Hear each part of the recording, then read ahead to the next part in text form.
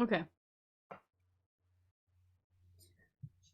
I gotta say, day one in the North American Youth Chess Championships was definitely quite exciting. It brought a few upsets and some, tactical and positional games with lots of French and Sicilian positions, but also some hanging piece positions, which is always kind of a nice recurring theme when you get the chance to see it. For round two, I decided that this particular game between Laura Q and Ankita Jain to be my uh, game of the round, so to speak. I think it was quite an exciting game, and it was played in the girls under 18, and I felt that I just really liked it. So let's go through it and see what was so special about it that it grabbed my attention. So it started as a queen's gambit, which transposed, of course, to a Slav. E6, E3. When people play the semi-Slav, because things change and everything. When people play the semi-Slav, you you have various ideas with white, and oftentimes, from what I've seen, people go for queen c2 or lines with b3 here, for example. But in this particular game, Laura decided to go for bishop d3. So this particular move usually allows this capture, bishop takes, and then white can castle and go bishop e2, sorry, queen e2. If that bishop gets attacked, it usually goes back either to b3, d3, or e2, and eventually with the plan that at some point white will start pushing that pawn, get the bishop out, and just kind of focus on a kingside attack, while black will attempt some c5 and b4 and just get some play on the queen side.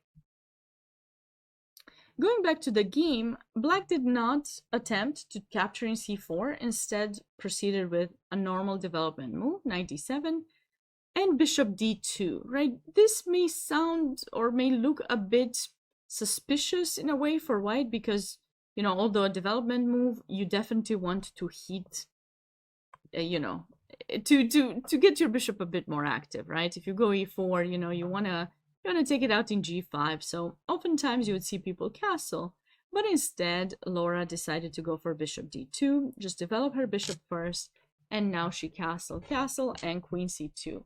So the bishop at least is out, which will allow her to bring this rook into play very soon. Bishop b7, rook f to e1, h6, and now she made this still preparation kind of move as black played h6. Why not prepare something ourselves to a3? Now, you may have ideas with b4, or simply attempt, to respond to this kind of idea with maybe retreating the bishop in a2, so that now it's not exposed and it can go back to b1. And in some situations, once this pawn advances forward, you might get the bishop to have some threats, mating threats, and you don't want a5, a4 to come in with tempo. No, the engines seem to not have liked it that much, but I think it's kind of a nice natural move that has a kind of a nice normal idea. So e4, pawn takes, knight takes. Now you can say, okay, well, why is that a mistake? Well, of course we're threatening to go here. You could also capture with a knight, but it would lead to the same position. Black also has the opportunity to take in c4, which is probably what the engine would have wanted to do. And now again, e5 is a threat, so black can consider going here themselves. Or maybe something different, like, I'm not sure, maybe just retreat this bishop and just, wait for e5 to be played. But black decided instead of that to go pawn takes, knight takes, and now we have this position, which tends to be slightly better for white due to, better center and, the bishop's looking towards black's king. The rook comes to d1, bishop c3, and usually c5 moves well, not right now, obviously, but at some point c5 move would be met with d5. Knight f6, and now bishop c3. Now this was a small nuance that we could have considered. For example, this was an option. This was something else that white could have considered to do. Maybe just rook d1, and after the trade the queen can take back. Now, of course, ideally with white you do not want to give up the bishop, but you may think, okay, I have no choice. This is, however, an even stronger move, and Laura ended up making it a few moves later as well, because what this move does, even if you lose your light square bishop, what you're trying to do is make sure that black is going to struggle with their light square bishop locked in b7. So this is basically the idea that she missed at first. Black didn't find any way to do something about it, like maybe this should have been played, and maybe now queen e7 or something, to control c5, at least to try to go c5. But since black didn't realize that that was an option and play queen e7, rook d1, very natural, bringing the final piece into the game, queen c7, and this was kind of a waste of time, right? Queen e7, queen c7. What is this? You need to get to play that c5 move. If you don't get to play c5, it's an issue, right? So maybe that's why queen e7 wasn't even that ideal. If you wanted to put the queen, you should put it here. But then maybe here, c5 would have been played anyways by Laura. So it's a bit difficult for black to come up with something, but I think probably this was the first thing to do, and then maybe queen c7 or d7 here, maybe c, something like this to proceed with the development. And now after queen e7, rook d1, queen c7, a bit of waste of time for black. And what did white do? Pawn to c5.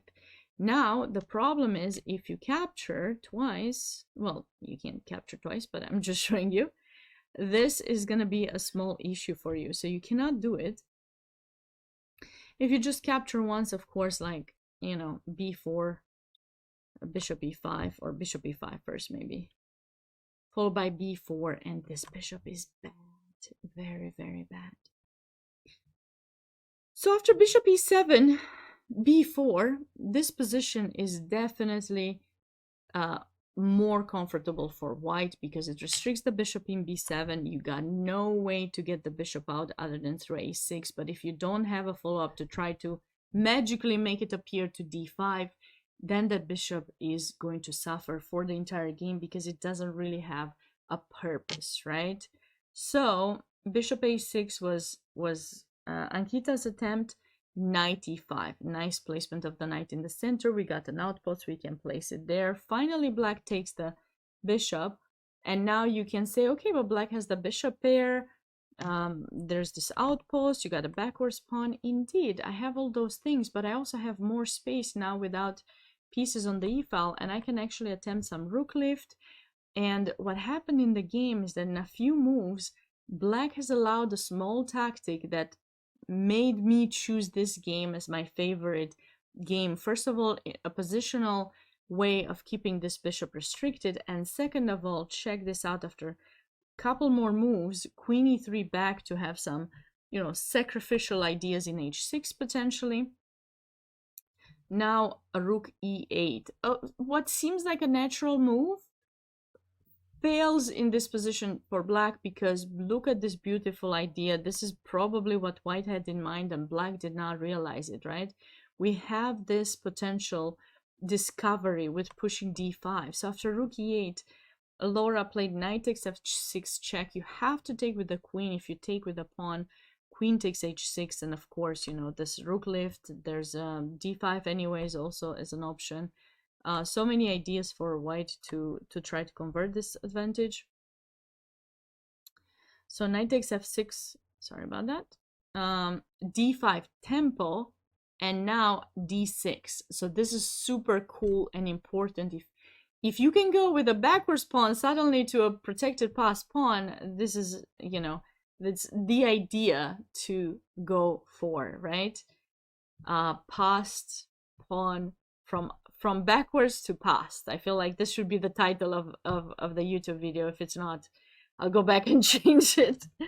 From backwards to past. Such a beautiful idea. And now there's nothing that black can do. I mean, at least if this bishop could magically appear in d7, at least maybe black could, you know, save some tears, but unfortunately that's not possible as the rook moved away, queen d5, queen d4, and look at these rook lifts threatening rook g3, and black now collapses after d7, rook g3, and now the loss of a rook. So this was my my chosen game of the second round in the North American Youth Championships in the girls section. So I hope you enjoyed it.